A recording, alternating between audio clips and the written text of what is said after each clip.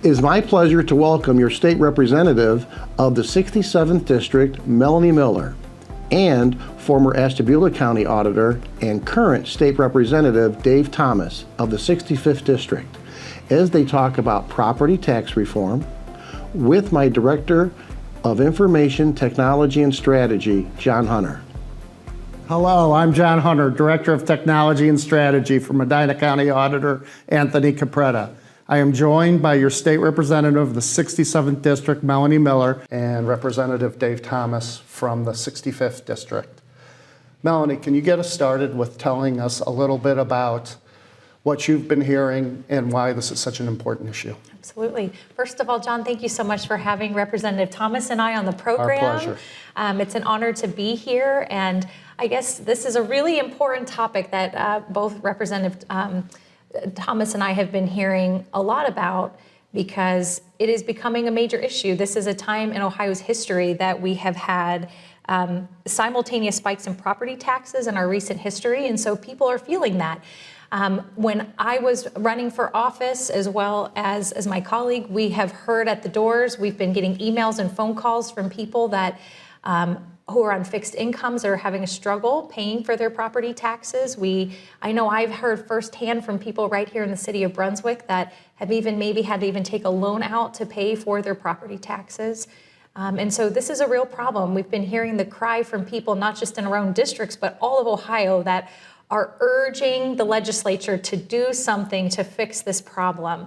And so there are a lot of factors with, the inflation during COVID. Really, 2023 is where a lot of this really began with the triennial updates, where we saw those increases, and which brings us today. And now we have folks that have elected us to serve them in Columbus, and we are starting to take action. And with a lot of different bills, I believe right now we have introduced over 20 different bills to start chipping away at some of these challenges, and hopefully in the operating budget, we'll be able to tackle some of that so that property taxpayers are going to start seeing relief immediately. Perfect, thank you. That kind of echoes what we've been hearing in our office. Dave, could you maybe give us a little bit of the technical things that are happening down in Columbus, some specifics on some of the bills? Thank you for inviting me all the way over from Ashtabula to here in Medina County. Learned something new today, that Brunswick is in Medina County. So still getting a good sense for the state, and Representative Miller and I serve together on the Arts, Athletics, and Tourism Committee. I'm one of her committee members. So the folks here in Medina have a tremendous representative and Rep. Miller. So really fortunate to serve alongside of her, and happy to be here today. I was a county auditor with Tony Capretta for I was 6 years. Got his first couple of years in office as colleagues together too, and he's doing a tremendous job at educating. That's a big piece of this, is just how confusing it is for taxpayers. And I think that's part of the frustration aspect too. Definitely. I've been in government for 20 plus years, and I'm still confused on a regular basis. What we've seen is growing property values, which isn't necessarily a bad thing. We want our nest eggs to be worth more, but hyperinflation, obviously, after COVID. And we're still seeing that. I think you all are going to see probably mid-20s or so increases in property values.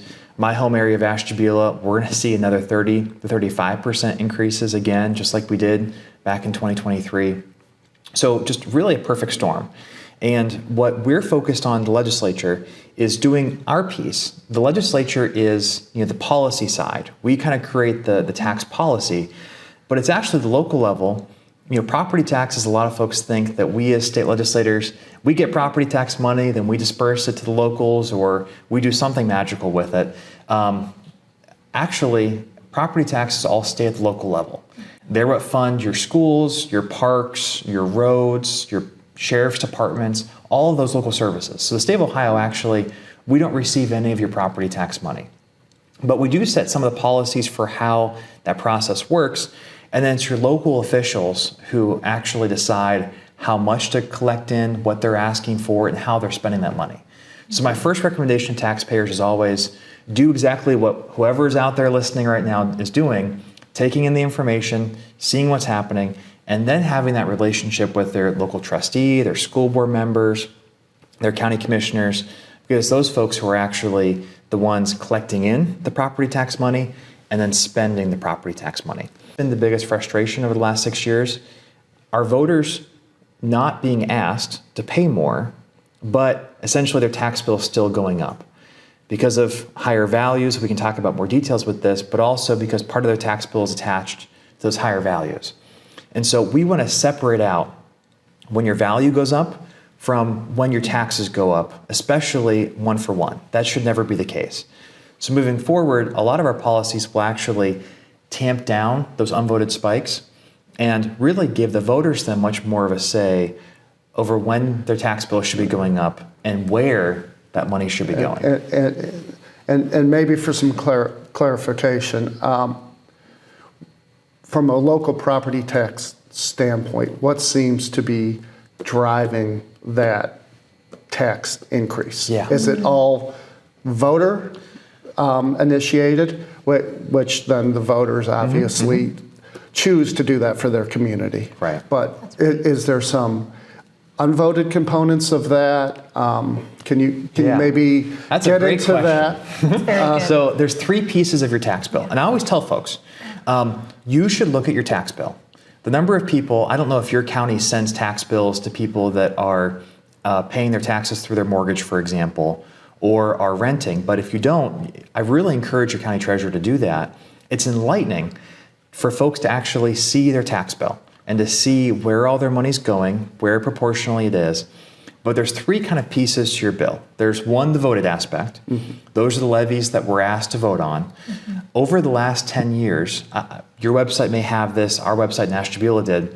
When folks would call, I would first say, well, let's look at how many new levies have been placed by the voters over the last 10 to 15 years. I would go through and I'd tell them in 2010, this one, 2011, this one, 2012. So, the voters have certainly increased. Now we're seeing, I think, less levy approvals than what we have in previous years. And that's because voters are still paying more, even though they haven't been approving some of that. But part of that are the voters. They've been approving more. The other 2 aspects, though, to your tax bill, those are not voter approved. And that's where we've seen the biggest spikes over the last 5 years as values have increased. One aspect is called the 20 mil floor. 5 years ago, I think if you were to ask a regular, legislator who had never had a background or experience with property taxes, they would have said, well, what's the 20 mil floor? I've never heard of it. And that legislation came into effect in the mid-'70s, correct?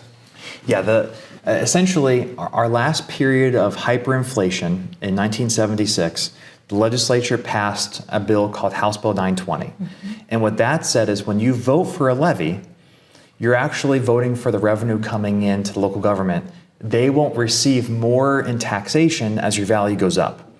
Your tax rate will actually go down as your value goes up so that you're not paying any more than what you first paid on that levy. So if we had that protection over all of our tax bill over the past 5 years, our values would have spiked, your tax bill would have never changed because the local government won't receive any more revenue. But we only have that protection over one aspect of our tax bill. We've had a hole blown through that protection in the early 80s with something called the 20 mil floor. And that is for our school systems. A majority of Medina County schools are at the 20 mil floor. A majority of all schools across Ohio are at the 20 mil floor. And what that is a guaranteed tax rate, kind of a basement guaranteed tax rate that regardless of what the voters have approved, a school is able to assess or tax 20 mils or 2% of the value.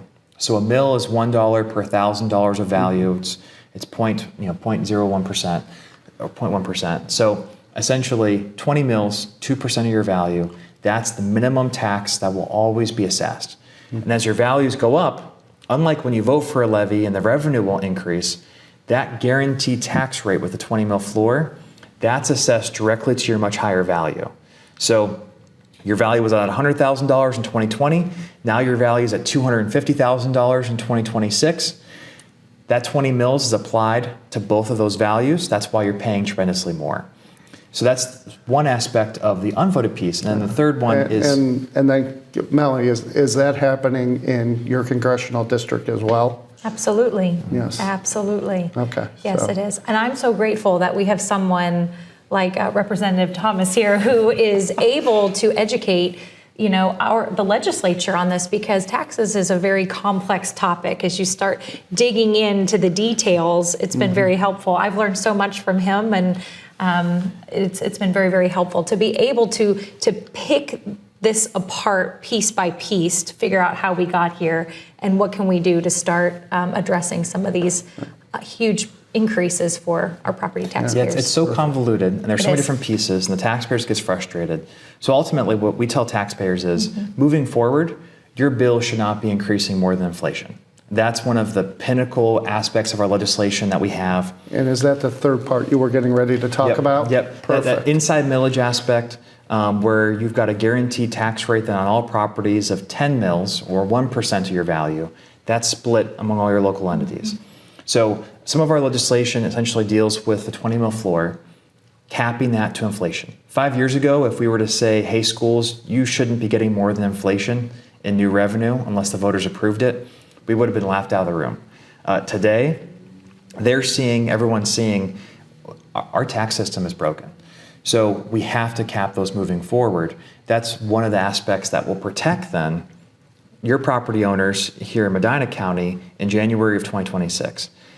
Their bills may have gone up 15%. Now they should only go up by whatever inflation is. That will be huge. But it's tough to say, well, it could have been much worse. And is that pegged to the national rate, the Ohio rate of inflation? The Ohio rate. Okay. A lot of what we do in the legislature is tied to inflationary Yes. things. So that will be to the Ohio rate, probably between 3 and 4% for those 20 mil floor schools. I also, though, encourage for those pieces that are not voted, I encourage taxpayers, part of that will go to your county commissioners, part of that will go to your school board, to your township trustees. Local entities don't have to accept that money. Many entities actually across Ohio, when we had these big spikes, have said, we're okay. We don't need that new revenue. We know our taxpayers are hurting. We'll decrease our tax rates.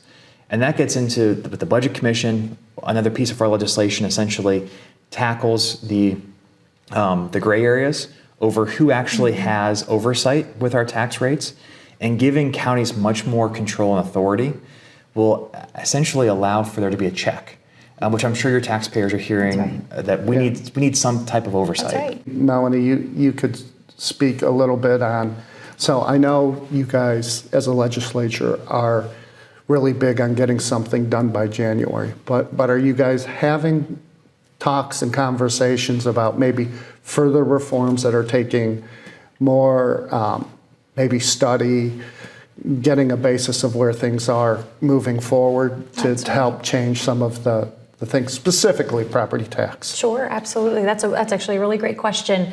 Our last budget, our last General Assembly, our budget, which we're wrapping up, required the legislature to do a tax study commission. And I remember I was not on that commission. You've had a lot of fun. I've had a lot of fun, but there were quite a few members that's exactly what we were tasked to do with, is to study the tax law. And there were over, I believe, 100 or 100 plus recommendations, might be more than that came out of that tax study, which is where we are today, with taking those recommendations and doing them in different bill form. We're going to do as much as we can in the budget that we're in the process of working on for 26-27, the budget cycle. But right now we're working on that in the legislature, in the House and in the Senate. We have about 20 different bills right now tackling from homestead exemptions to the transparency with what's being put on for the voters to vote on, to all different kinds of things, putting caps on different things, so that we start to see a relief. So it's hard to give definites right now, because we're right in the process of negotiating and working through some of those details. But we're at least getting that conversation going. People want to see relief right now, and there's right now the people, their voices are heard. They are right now funneling and working on getting signatures to do a ballot initiative in Ohio, because they don't want to have property taxes. So we're trying to do our due diligence and to start making that progress so that our property tax owners are starting to see that relief. And as in some of the Brunswick folks that I've spoken with, we don't want people to be taxed out of their homes, a home that they've lived in all these years, and then the increase is requiring them to take out that loan to be able to stay in their home because of the evaluation. So we want to make sure people can stay in their home. And quite honestly, I think when we're looking at this, Ohio, we have a limited number of dollars that we can spend, as we all do in our own homes. You can't live with outside of your means. And so I think we're trying to require folks to be accountable so that we aren't overspending. Part of tax reform is we've got to do spending reform in a many ways. We've got to look at where is excess spending being done? Where can we cut back on things? I mean, that's really what we need to do. We are almost, in many ways, a watchdog over your taxpayer dollars as well at the state level as you are here at the local level. So we want to make sure that we're also being good stewards of policy and making sure. We all want to keep more money in our pockets. That's all there is to it. And when we can do that, we can choose where we want to support different things, where we want to give. And quite honestly, we need to decide what services are important in our local communities that we want to continue to support, or what can we phase out. And I think that's really important to start having those conversations now, so they can receive some real relief. Yeah. Well, I know this is a complex subject, and I appreciate both of you being here today and taking your time. I know this is an extremely busy time for you with the budget bill coming up and conversations that you have to do it. But kind of in summation, maybe. So what we're looking at is making some changes that are immediate, and then looking to the future to maybe better find ways to help mitigate some of the things that have developed and changes in the environment and economics that maybe the tax system needs a little bit more of a rehaul. That's right. Yeah, reform essentially now and into the future. Because we could do short-term things. I mean, right. we could take money and write a check out to every property owner, for example. That would give a short-term little help and boost, but what does it actually do? What's the saying? If you subsidize something, it grows. Yeah. The more we. Although I don't think taxpayers would disagree. No. That might be your most. That might be your best legislative idea ever, according to taxpayers. We could write that out, but that doesn't actually get at the root, which, as Rep. Miller said, property taxes are the biggest form of taxation that Ohioans pay. $22 billion. It's almost twice what Ohioans pay in state income tax and state sales tax. So with that money all staying at the local level, we've got to look at how we're actually spending, how expensive services have become, and if taxpayers just simply cannot afford to cover the services that we all want, how do we prioritize what services we have and how they're structured? So this is a much bigger conversation as well. Absolutely. Yeah. And definitely something that I would have difficulty grasping. So I appreciate keeping it just to the property tax conversation we're having, because, well, as you as a former auditor now, one of the mandates is to keep property values within a range of what the market suggests. It's not the auditor. A lot of folks think, the auditor raised my taxes. Separate values from taxes. Values are based on the market. They're accurate. That's what's happening in the market. It's, I think, our job, and it's local officials who are collecting in the money, to ask, how closely connected should the tax piece of this be to the value aspect? When values go up, should really taxes go up by the same amount? They shouldn't. They should be separated. And I would say in Ohio, we were very fortunate that we don't have some of the property values that other parts of the country have. Sure. And so I think a lot of times it was very easy to say, well, we can just put it on property tax and make it work. And I'm very much in agreement, and Auditor Capretta is, there has to be a solution, because Melanie, like you said, we don't want to tax fixed income people or veterans or people that are disabled out of their homes, because right. they do have a flat income. And so to make these adjustments for them, where if you have a 2-household income or a high income, maybe these effects don't affect you, but it's really those marginalized areas that some of this hits the hardest. So, you know, from Auditor Capreta's standpoint, from my standpoint, I really appreciate the hard work you're doing down in Columbus to try and find some solutions for this. Absolutely. We're going to keep going. Absolutely. Perfect. We're going to keep Thanks. Thank you again for your time today. I really appreciate you coming out and talking a little bit about this. Thank you for having us. Very fun. All right, perfect. Great.